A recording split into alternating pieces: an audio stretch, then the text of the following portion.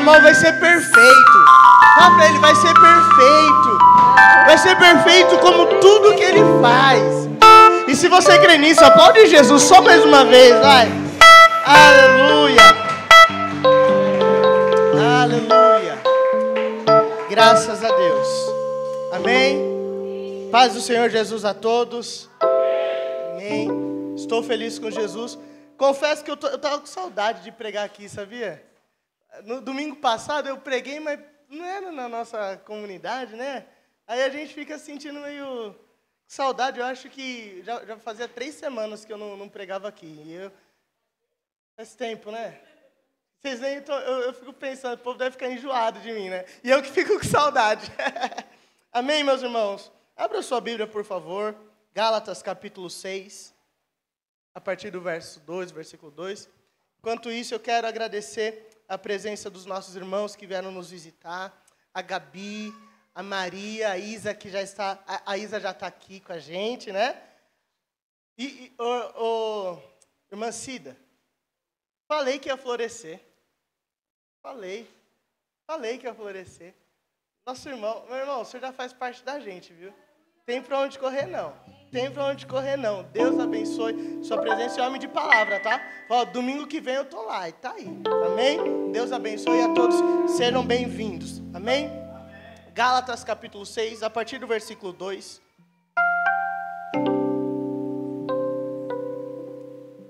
Todos se encontraram? Quem não encontrou, pode acompanhar com a gente pelo projetor. Que diz assim o texto: levai as cargas uns dos outros, e assim cumprireis a lei de Cristo. Porque se alguém julga ser alguma coisa, não sendo nada, a si mesmo se engana. Mas prove cada um o seu labor, em outras traduções, o seu trabalho, e então terá motivo de gloriar-se unicamente em si e não em outro, porque cada um levará o seu próprio. Amém? Feche seus olhos só mais um pouquinho. Pai, em nome de Jesus, nós queremos te adorar, Senhor. O Senhor é um Deus bom, poderoso. Manifesta a sua glória e continua falando conosco, Pai. Nós precisamos muito e unicamente, Senhor, ouvir a tua voz. Repreende tudo que vem para tirar a tua palavra de nós, cansaço, desânimo, qualquer circunstância externa. Senhor, vem falar conosco, em nome de Jesus. Amém? Pode se assentar.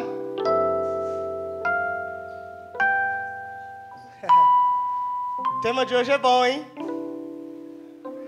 No 3 vamos ler todo mundo junto o tema? Vocês estão enxergando bem? Deu para enxergar? Apaga a luz, Romulo, rapidinho pro pessoal ler. Vamos lá, no 3. 1, 2, 3. Vamos de novo, vai. Vamos. 1, 2, 3. Alguém sabe sobre o que eu vou pregar hoje?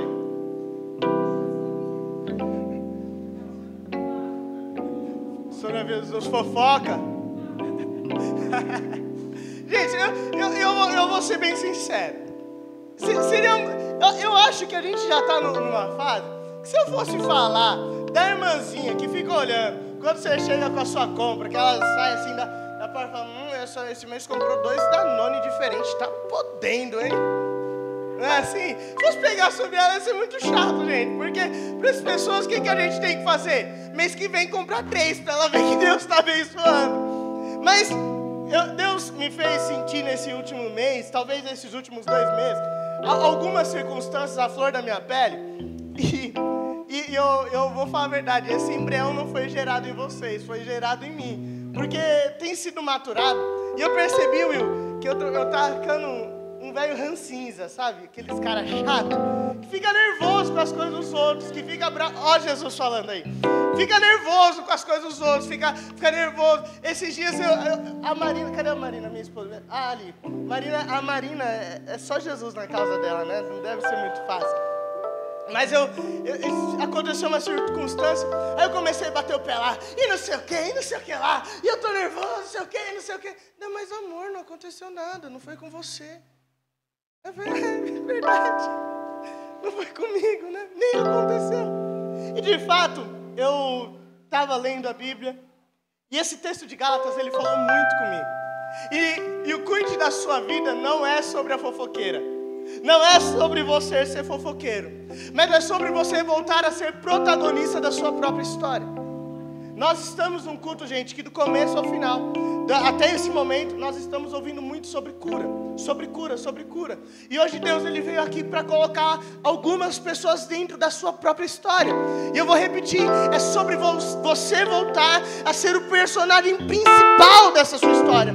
E o personagem principal não são os externos, não são os agregados, não é fulano, ciclano ou beltrano. O personagem principal da sua história é você.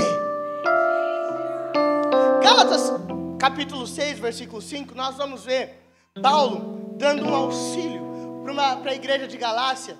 E nessa igreja ele vai expressar os dons do Espírito, vai falar sobre manifestação do fruto do Espírito, também do fruto da carne. Mas o capítulo 6, ele me chamou muita atenção, porque ele fala a respeito de um cuidado pessoal, sobre um povo que estava acostumado a lidar com as dificuldades dos irmãos. A gente bem sabe da igreja primitiva, onde se abriu uma igreja naquela época, os irmãos passavam a se tratar e a cuidar como quem trata de um filho.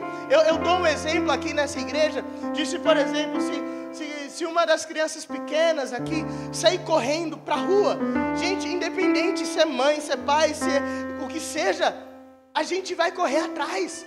O obreiro não vai ficar olhando lá. Alex, é assim, né? Só não me contradiz, Alex, por favor. A criança saiu correndo do meio da igreja, vai passar para o Alex olha assim, não, Mateus, o problema não é meu. É assim, de forma alguma. Se sair correndo, o Alex é o primeiro a grudar. E se o Alex não vê, vai levantar alguém da igreja que vai correr atrás. Porque nós sentimos que como comunidade, nós somos responsáveis pela vida um do outro. Nós somos responsáveis pelo bom trato, pelo cuidado. Nós somos responsáveis por fazer os nossos irmãos se sentirem em comunhão, se sentirem integrados. Isso tudo é nossa responsabilidade. Mas Deus, ele também nos chama para viver uma individualidade com Ele. Não tem como nós sermos apenas comunitários. E eu vou ser bem enfático em dizer, se você não é um bom indivíduo, não tem como você ser bom em comunidade. Se você não está feliz individualmente, não tem como você transmitir felicidade. Estou falando alguma mentira aqui? Às vezes a gente passa dias tão difíceis, tão tristes, e a gente chega na igreja, a gente dá até aquele sorriso amarelo, mas desculpa, gente, não dá para enganar. Não dá para enganar. E eu repito algo que sempre digo, nós temos que conhecer isso no olhar. Eu sei. Esse dia eu estava até falando da irmã Cida, né? A irmã Cida está ficando conhecida, né? No lugar que eu estou indo. Porque esses dias aconteceu muito engraçado. Terminou o culto, ela me intimou aqui na frente e falou assim, conheço o seu sorriso, hein? Você não está bem? O que você tem? E eu estou reparando que não é de hoje. Eu falei, nossa! Você está ouvindo as pregações de verdade? Não! E ela ainda ficou caçando. Eu falei, é verdade, irmã Cida, eu não estou bem, não. Tá complicado. Eu estava passando aquela fase no serviço, aquela complicação, e graças a Deus que isso foi notado e corrigido e ajustado, porque talvez se eu não prestasse atenção nisso, a minha luta não teria mudado dentro do meu serviço e eu estaria aqui talvez hoje pregando uma palavra sobre, sei lá, sobre tristeza, sobre, sabe aquelas palavras de chorar do pastor? Mas assim, não tem valia. Para que eu possa trazer uma palavra de alegria para a igreja, para que eu possa motivar vocês a viver uma vida mais plena, eu preciso estar dessa forma.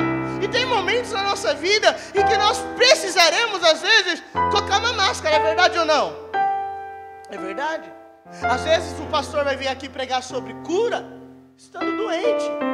Às vezes nós vamos levantar para falar sobre alegria, estando tristes. Mas isso não pode ser uma regra.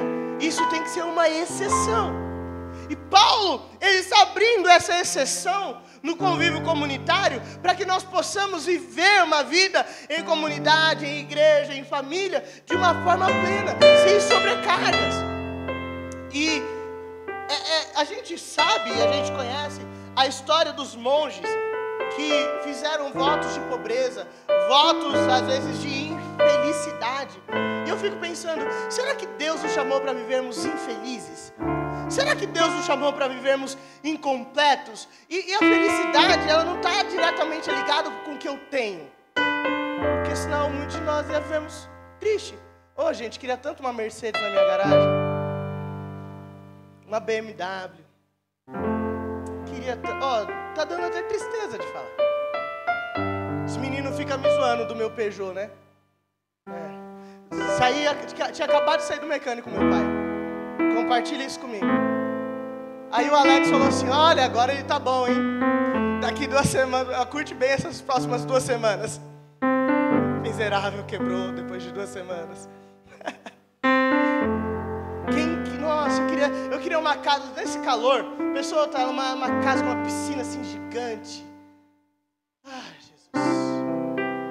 Só que se a nossa felicidade for baseada nisso, se a nossa felicidade for baseada nas coisas que nós não alcançamos, talvez nem vamos alcançar, eu acho que a gente vai viver uma vida incompleta. E quando Paulo está falando sobre uma vida individual plena, ele está falando sim sobre conviver com as atribulações, conviver com a escassez, conviver com as dores, mas não se acostumar com elas. E eu quero desmistificar algo que às vezes nunca foi falado, nunca foi professado pela nossa boca, nunca foi falado, né, de alguém para alguém, mas que nós às vezes carregamos isso. A bênção dos outros não é somente a sua bênção, não. Deus tem bênçãos para você também. Não, você não vai ficar comemorando a vitória só do seu irmão, não. Vai ter churrasco na sua casa também para comemorar as suas bênçãos. Talvez nunca tenha sido dito, mas algumas pessoas têm no seu coração de eu tenho que me acostumar a celebrar com fulano, a celebrar com o irmão, a celebrar com o outro. Não. Acostume-se sim, porque é bom comemorar com o outro, mas também se prepare, porque vai chegar a hora em que você vai comemorar as suas bênçãos também.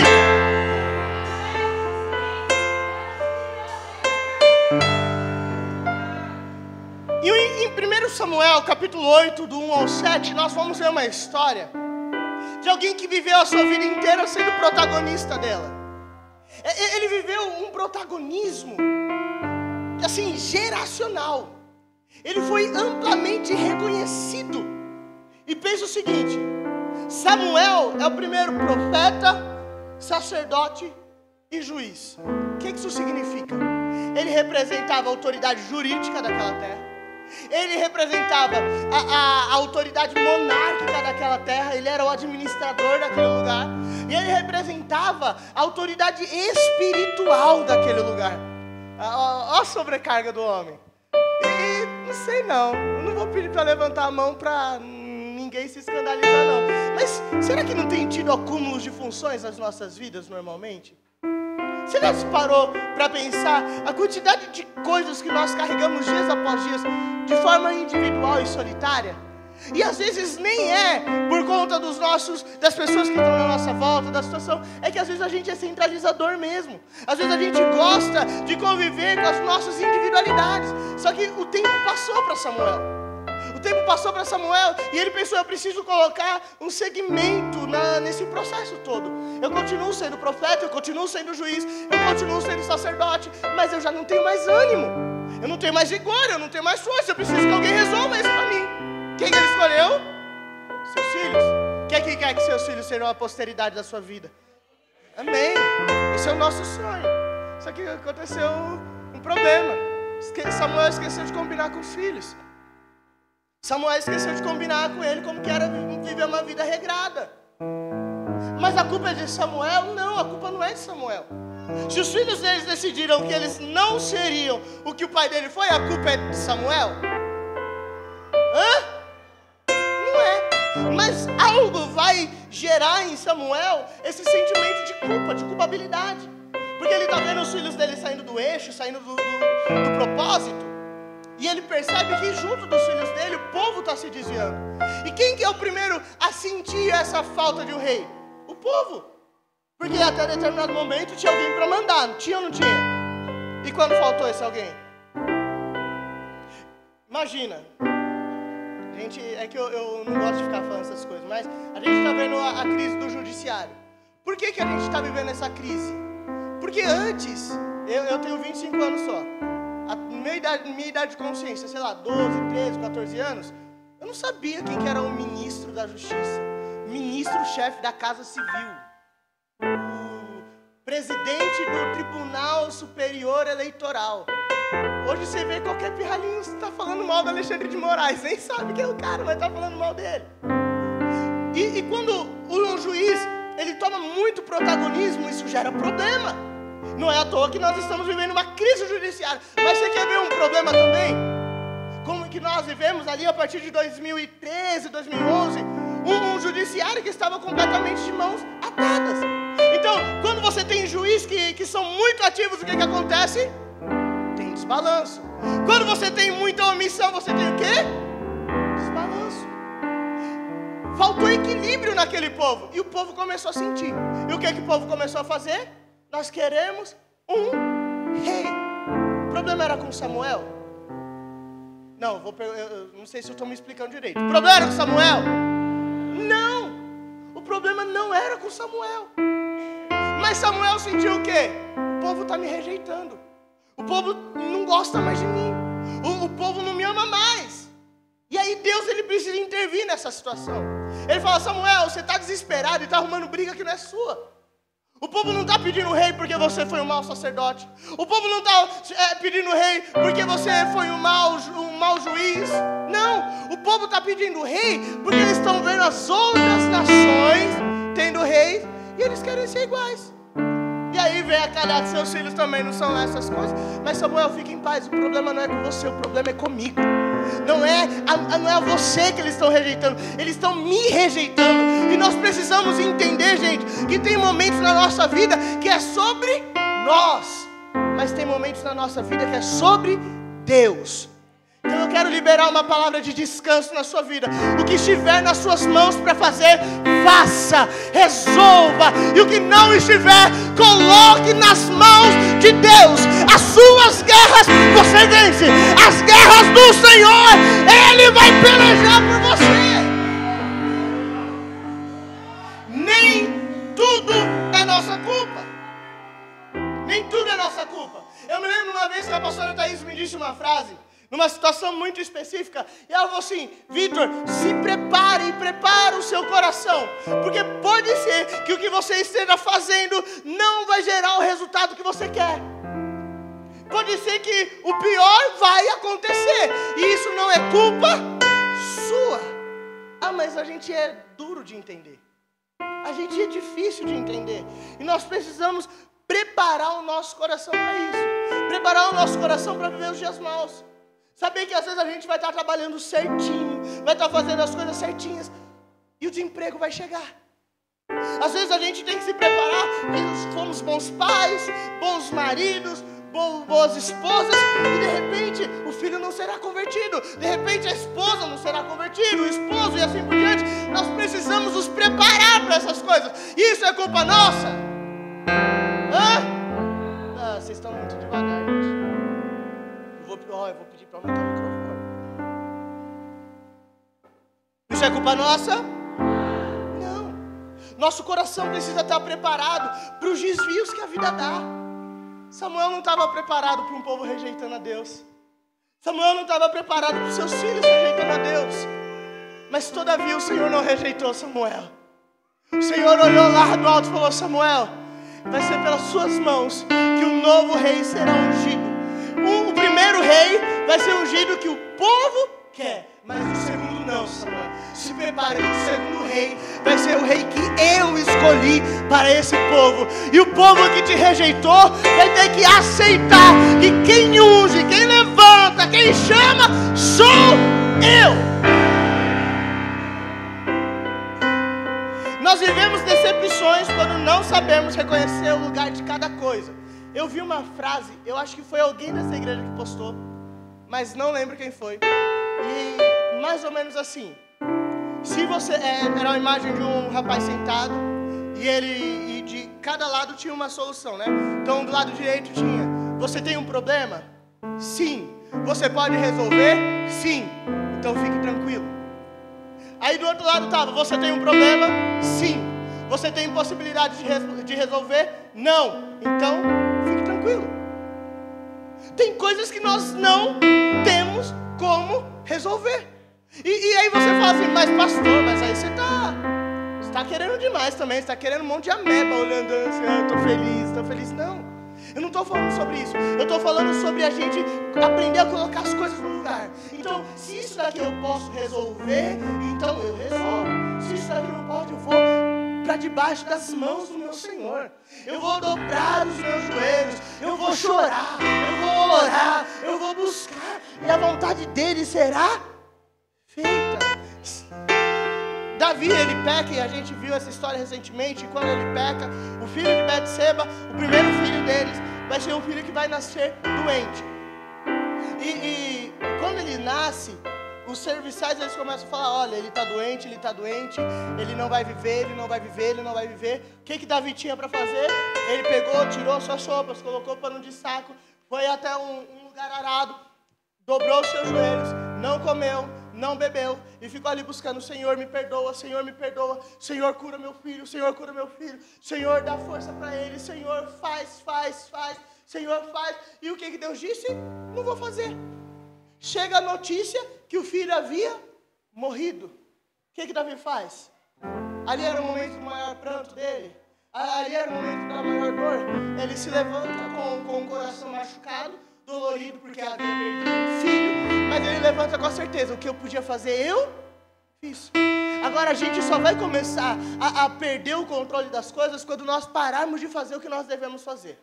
A partir do momento que Samuel começa a ser um juiz mau, aí sim Deus tem que deixar ele.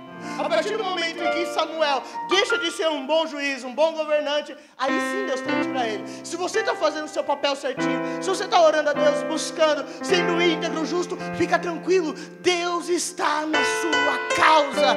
Como foi lido na palavra inicial, o choro pode durar uma noite, mas a alegria vem pelo amanhecer. E a gente não pode viver uma vida decepcionado, uma vida frustrado pelas coisas que nós não podemos resolver, não tem como. Só que também nós não podemos nos acostumar a celebrar as decepções, porque aí a gente também vira um pouco acomodado demais, né? Aí isso também não pode, isso é ruim. Viver sempre na mesmice, sabe? Você passa assim 100 anos da sua vida. Esses dias eu achei muito engraçado. As câmeras filmaram a conversa entre o presidente da Rússia, o Putin, e o presidente da China, o Xi Jinping. Aí eles estavam batendo papo. Aí, lógico, né?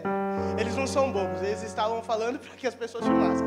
Aí o Xi Jinping falando para o Putin: olha, nós desenvolvemos uma tecnologia e que provavelmente ainda nesse século o ser humano vai viver durante 150 anos. Aí Putin olha para ele e fala assim: nossa. Aí imagina você viver 150 anos do mesmo jeito. Do mesmo jeito. Acorda dia após dia, noite após noite. Entra segunda, tudo do mesmo jeito. Vale a pena viver uma vida assim? Só que muitos de nós nos acostumamos a viver essa vida.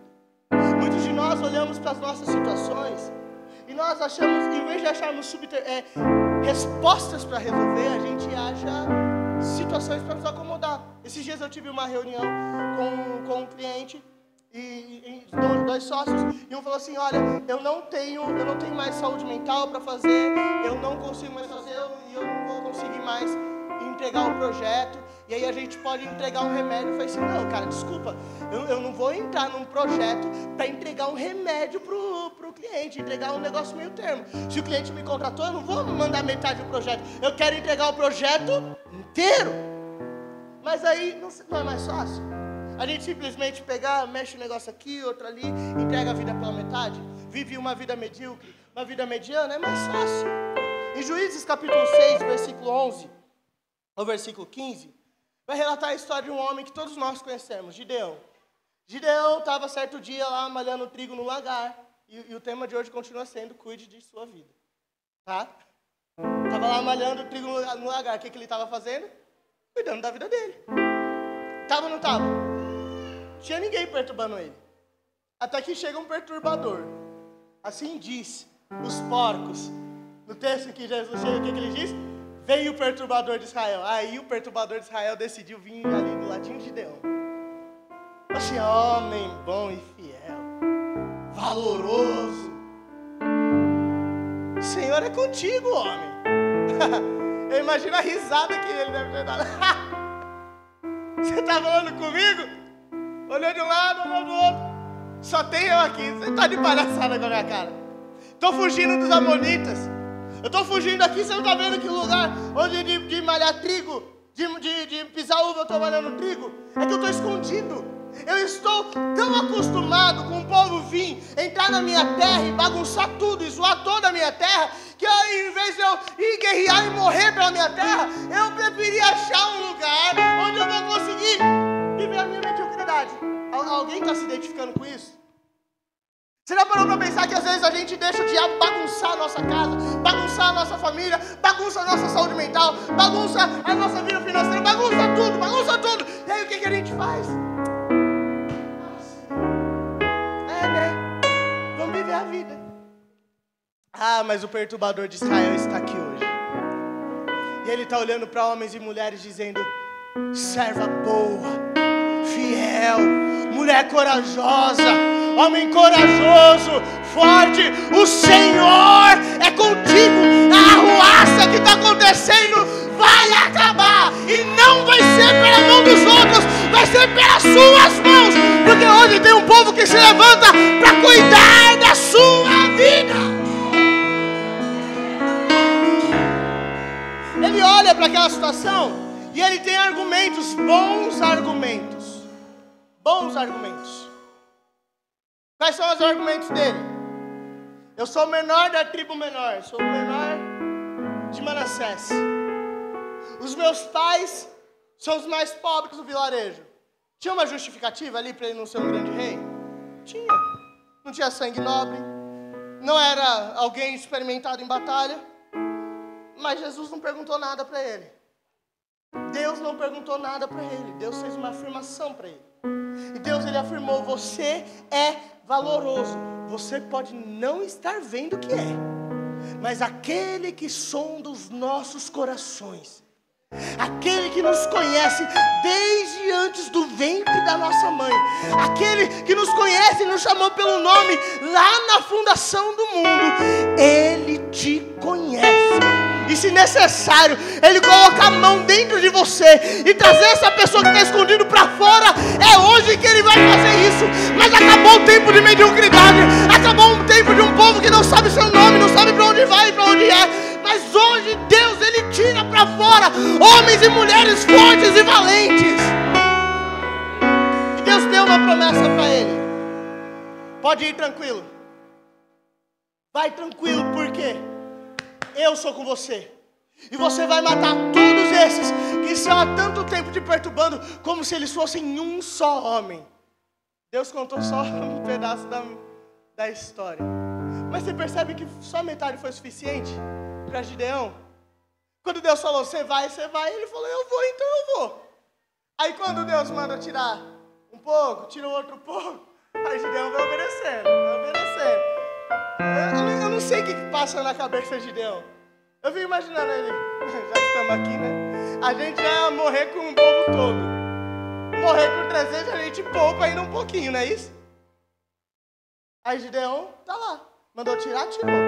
Mandou sair, saiu. Mas na hora em que tocaram as buzinas, que os vasos se quebraram, meu amigo, aquele homem ficou irreconhecível. Aquele medroso, fugitivo, que estava escondido na amonita, ficou irreconhecível. Eu não sei como, gente, mas era espada de um lado, espada do outro.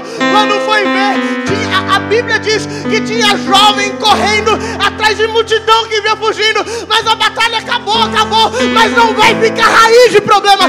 Não vai ficar raiz raiz em nada. Se tiver que ir para cima, nós vamos para cima. E a pergunta é: qual é o fardo que você está carregando? Você está carregando o seu fardo? Ou você está carregando o fardo dos outros? Você está comemorando as alegrias só dos outros? Você está chorando só as tristezas dos outros? Porque a gente às vezes... vou te falar, povo bom para sofrer pelos outros é aqui, os pastores. Levanta as mãos, pastores, aí. Agora vocês vão ter que levantar a mão, tá? Vocês já deixaram de orar por vocês para orar por outras pessoas? Levanta a mão aí para mim ver se sou eu o único disfuncional aqui. Tamo junto, né, pastor? Nossa, tem tempo na nossa vida que a gente chora pelos nossos irmãos. Chora e ora e Deus abençoa. Tem um meme, depois eu mando lá no grupo, que é um pastor sentado tomando café. Nossa, Senhor, abençoa o esposo de não sei quem, eu preciso arrumar um negócio, não sei o que, não sei o que, não sei o que. E ele assim, com a xícara, conseguiu nem tomar o café ainda. Às vezes acontece, mas é por isso que às vezes a gente vê as notícias de pastores com burnout. Estão se matando. Esses dias um pastor de uma igreja americana, a igreja tinha mais ou menos 5 mil membros, uma igreja grande, não aguentou a pressão, subiu numa ponte e pulou. O problema é dele? Não, gente. Quem acha que um cara que chega nesse auge, tá cheio de demônio, nunca passou por tristeza, nunca passou pela pressão de fazer pelos outros e não poder fazer para si mesmo? Aquele homem, ele viveu um ministério tão espremido que ele esqueceu de dividir o fardo com Jesus. Ele viveu um ministério tão intenso que ele esqueceu que para que ele cuidasse, para que ele amasse o próximo, ele tinha que amar a si mesmo. Então, às vezes a gente está chorando tanto pelos nossos irmãos, lutando tanto com eles e tal, e eu estou falando para a gente parar com isso? Sabe o que eu estou falando? Você vai orar 1 hora. Divide, meia hora para o seu irmão, meia hora pelo seu marido, pela sua esposa, pelos seus filhos, pela sua empresa, pelo seu trabalho. Porque senão, gente, aí a gente vai viver indo nas festas dos outros. A gente vai viver indo no casamento dos outros. Essa igreja está casamenteira, gente. Isso aqui está uma beleza. Tá bom demais. Aí vamos viver indo no casamento dos outros. Vamos viver celebrando a conquista dos outros. E a gente vai ficar sempre na cadeira aplaudindo. É ruim aplaudir? Não. Só que é ruim ser só espectador. Deus, Ele está dizendo, tem lugar de protagonismo ainda. Tem lugar. Na sua história ainda tem lugar. E quando nós não sabemos o fardo que nós estamos carregando, gente, qualquer fardo segue. Nossa, aí você sai ali na rua. Você abraça 3, 4, você sai assim, dobrado. Nossa, fulano tá com isso, fulano tá com aquilo outro. Aí e quanto mais fala, mais você dobra, Não, gente. Vamos dividir. Eu vou terminar, não vou ficar só jogando problema não. Vou trazer uma solução, prometo. E uma coisa que é interessante também na história de Gideão é o reencontro que ele teve consigo mesmo. É um homem que, eu sempre digo isso, né? O diabo, ele adora mudar a nossa identidade. Ele adora tirar da gente as nossas principais características. Ele fez de um homem corajoso o quê? Um fugitivo. Mas Deus, Ele vai lembrar a identidade de pessoas aqui hoje. Precisamos, periodicamente, termos um encontro conosco mesmo. Lembrar, para que Deus me chamou? Quem sou eu no reino? Quem sou eu dentro de casa? Quem sou eu lá no meu serviço? Quem sou eu para os meus filhos? Quando você pergunta isso, meu amigo, o diabo fica desesperado, porque você conhece o seu problema e você conhece as suas armas. Aí basta estratégia, meu amigo. E a estratégia vem de quem? Vem de você? Não. A estratégia vem do general de guerra, daquele que nunca perdeu nenhuma batalha.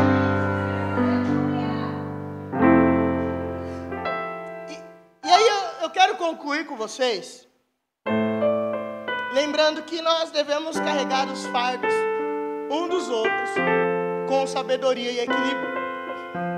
E assim, a gente tem que dividir o fardo. Nós precisamos dividir o fardo, sabe por quê? Às vezes o nosso fardo é muito pesado. Quem aqui tem um fardo pesado? Não fica mais fácil quando você divide com alguém? Quando você sabe que naquela hora que você está orando tem mais uma pessoa orando com você, fica mais fácil, não fica? Isso é muito necessário. Mas a gente também não pode correr o risco de tomar as responsabilidades. Olha essa história comigo. Põe, por favor, Marcos, capítulo 15, versículo 19.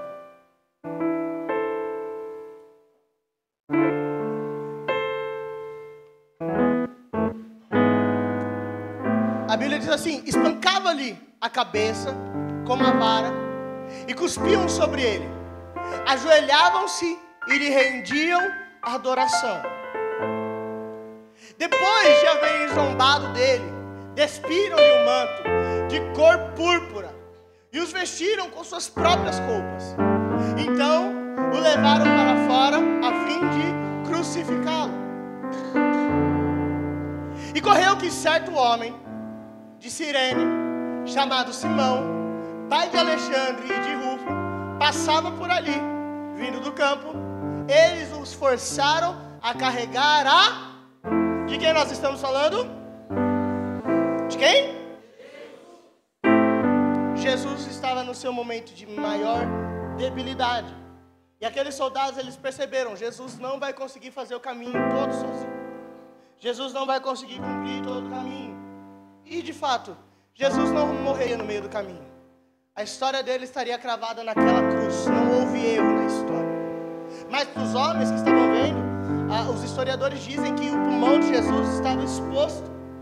Ele havia sido machucado veementemente. E aí o que os soldados disseram? Vamos ter que chamar alguém para carregar. E naquele tempo, um soldado romano de forma alguma poderia encostar na cruz. De forma alguma ele poderia tomar a cruz sobre seus ombros. E mais, se um romano dissesse ao judeu, faça tal coisa, o judeu era obrigado a fazer. Então, o Simão Sirineu, ele estava passando, e os soldados, opa, parou, é você. Imagina a cara daquele homem, eu estava só passando. Minha mulher falou, fica mais um pouco, eu fui teimoso.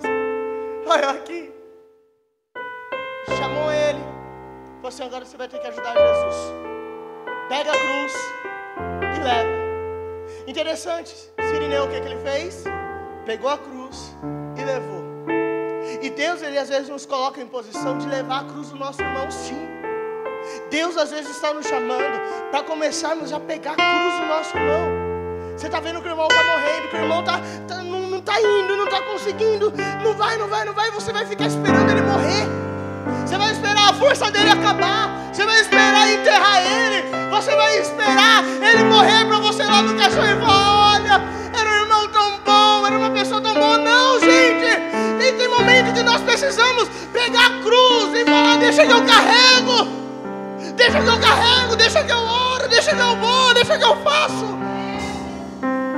Tem hora que nós precisamos fazer isso.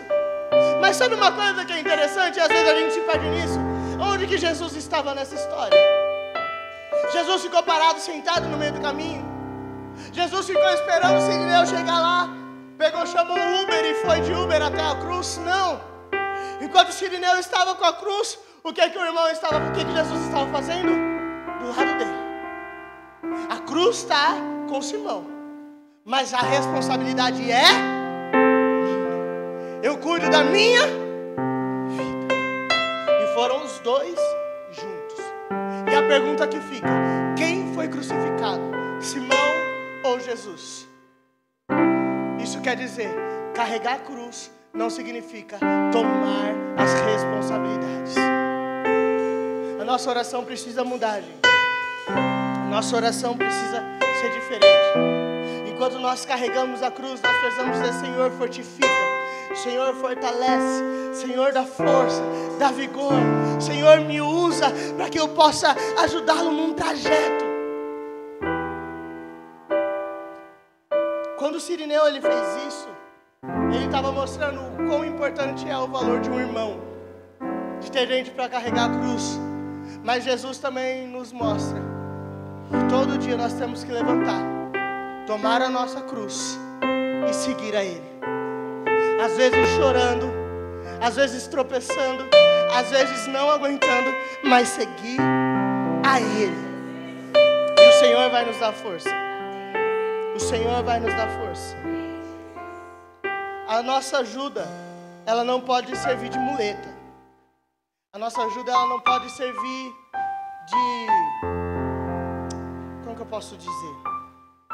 De tipo assim, deixa que eu faço. Um pastor, ele estudou, ele foi fazer uma missão de campo para estudar os mendigos. Ele lançou um livro chamado A Máfia dos Mendigos. E ele percebeu que muitos dos mendigos que estavam ali, eles tinham família. Alguns deles, e isso ele fala no livro até meio pasmo, que muitos deles não tinham nenhum tipo de vício, nem álcool, nem droga. Eram pessoas que tinham um hábito de higiene legal e tal, mas eles escolheram morar na rua, porque na rua tem-se algumas regalias. Ele não precisa trabalhar para comer. Ele não precisa, muitas das vezes, de pagar um aluguel. E alguns eles moram em albergues, eles se alimentam do que algumas ONGs, do que algumas pessoas fazem. Isso são todos? Não. Mas o que esse pastor ele chega no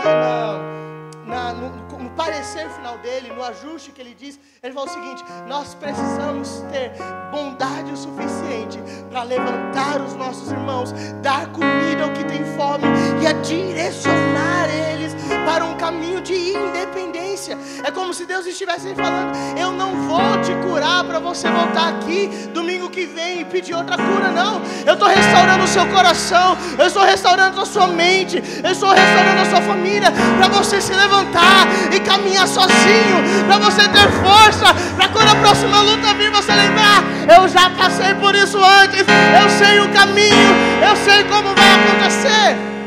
Jesus, certa feita, ele está descendo de Jerusalém, indo para uma festa. Ele passa perto de um poço, de um tanque, e ele encontra um homem há 38 anos lá. E aquele homem tinha uma justificativa para estar lá há 38 anos. Qual era a justificativa dele?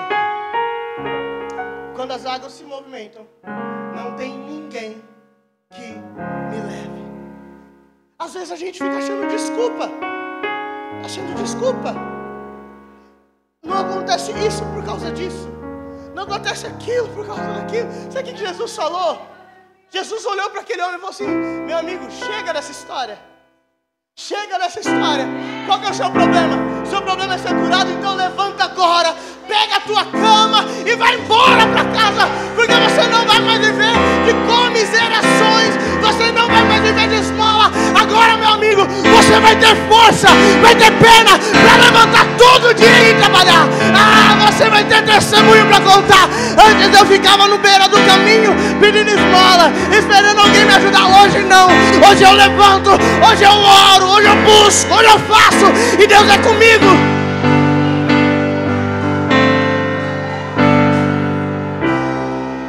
Gálatas 6, capítulo 2: levai as cargas uns dos outros, e assim cumprireis a lei de Cristo.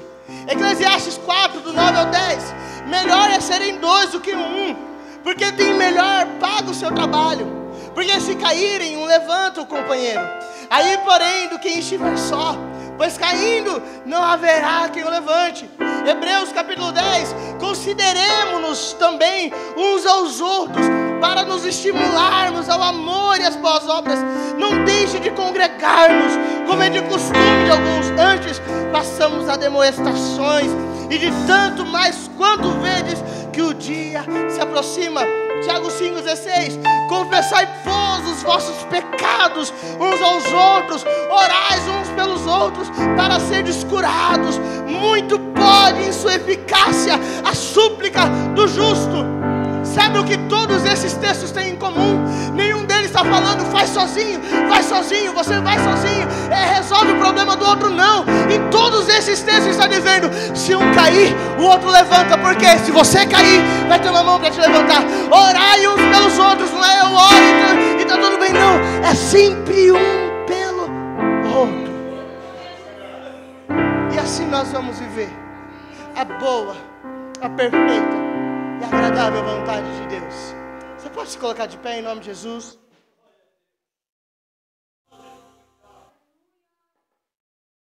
Fez mais sentido agora o tema? Depois, se vocês quiserem, eu prego também sobre a fofoqueira. Eu prego.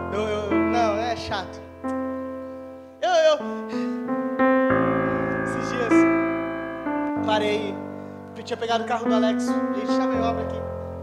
Aí, peguei o carro dele, fui rapidinho em casa. Aí eu vi uma voz lá de longe gritando: "Ê, vizinho, trocou de carro!"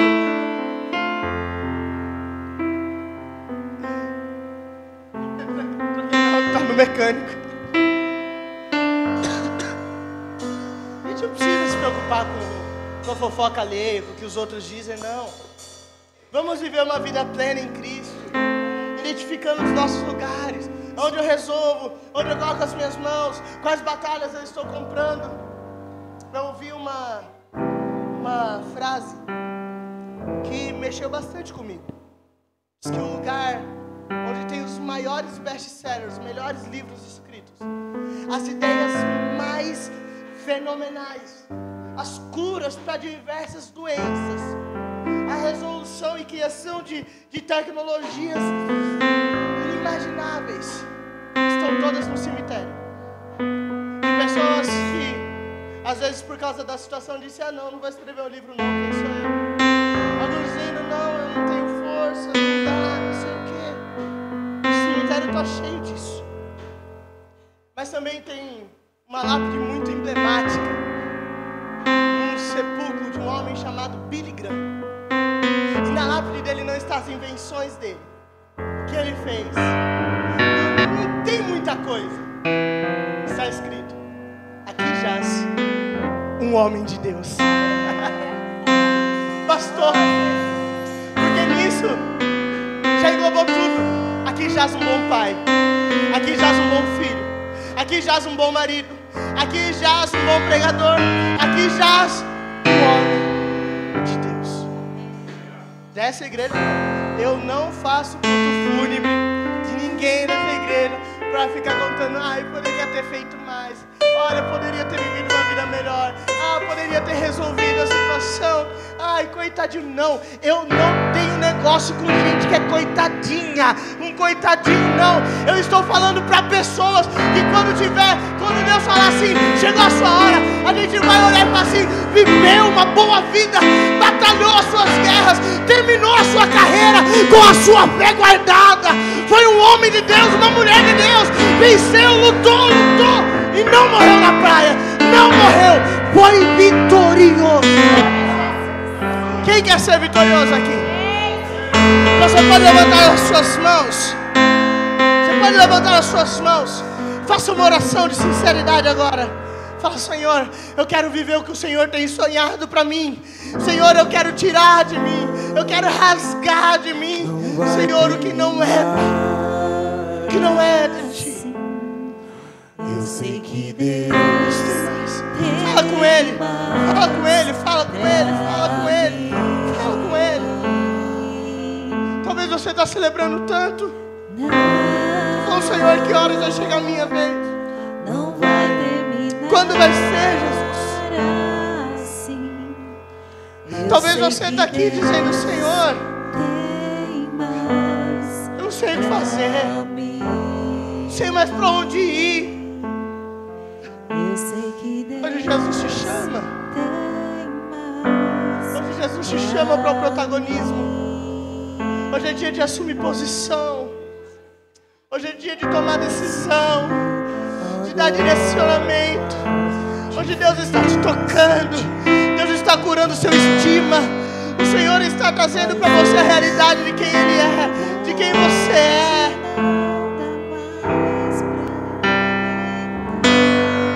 Deus me chamou para viver coisas maiores. Você pode com as suas mãos erguidas declarar isso para si mesmo.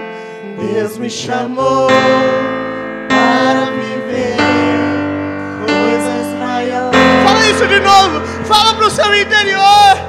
Deus me chamou para viver coisas maiores.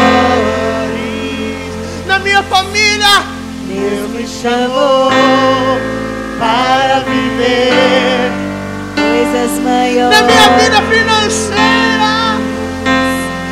Deus me chamou Para viver coisas maiores. no meu serviço. Deus me chamou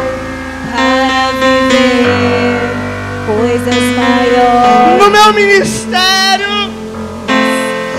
Deus me chamou para viver coisas maiores. Deus me chamou para viver coisas maiores. Pega na mão de um irmão aí, divide o fardo com ele.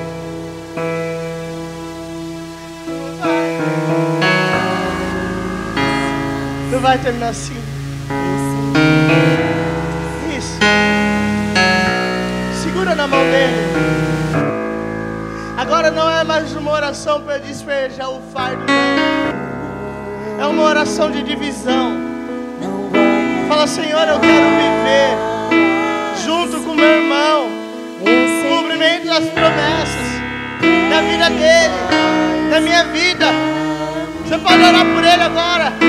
Divide o fardo, tá pesado.